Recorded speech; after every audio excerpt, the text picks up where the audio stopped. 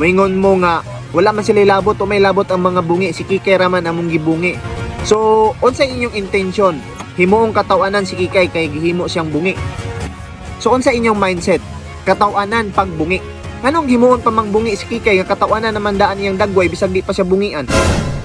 Yes dol, may adlaw. Gusto lang na akong explain akong side regarding atong post na ako sa picture na naka-CCTO about atong dagway ni Kikay nga gihimuan nagbungi.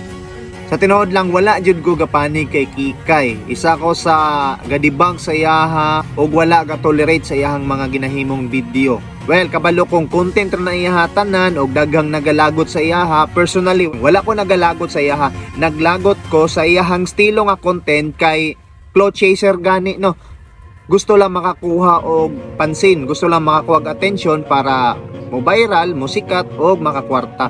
Ang kapangit man go dira sa yang estilo kay daghan kay nagapanundog karon ng mga creator, mga wannabe, gusto mahimong sikat nga manglait og tao or manglait og mga grupos tao para lamang pansinon.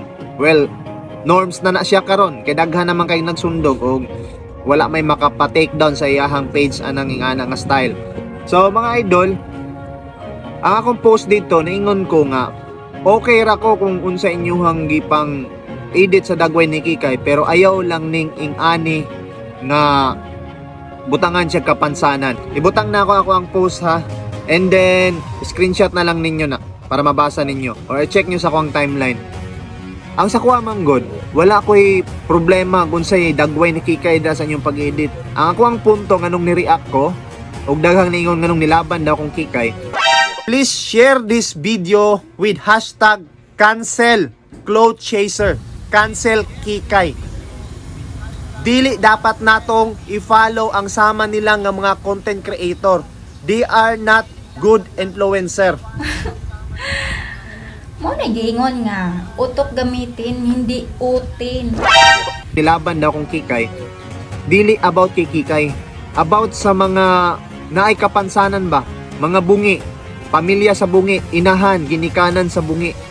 Nga ilang gigamit ng bungi dira sa dagway ni Kikay.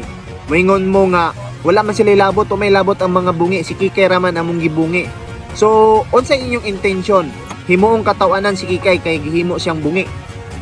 So unsa inyong mindset? Katawanan pagbungi.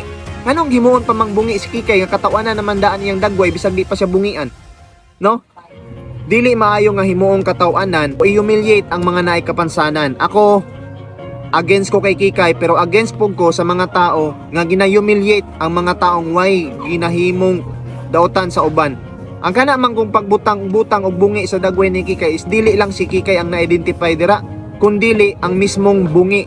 So kung ikaw, example, inahan ka sa bungi, unsay imong bation, makakita ka sa picture dira karon nagikataw-an kay bungi man. So kung dili na kay nga na ka sensitive, okay sa imuha. Pero naay mga tao nga wa ka kabalo sensitive sila. So ang ilang magiging mindset karon, grabe porket bungi katawanan na di ay. So hunahuna asa din yung makadaghan bago mo maghimog mga post nga ingana o bago mo mag-share og mga post na ingana.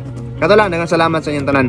Wala kay panahon mag-edit o wala kay panahon na mag-react kay nako sa gawas karon o wala koy signal kaayo. So kanilang daghang salamat sa inyong suporta o sa padayon pagtanaw. Daghan pa mo katangan ng mga video na to. So keep tuning in and subscribe po mo sa akong YouTube channel Kadungis and Family.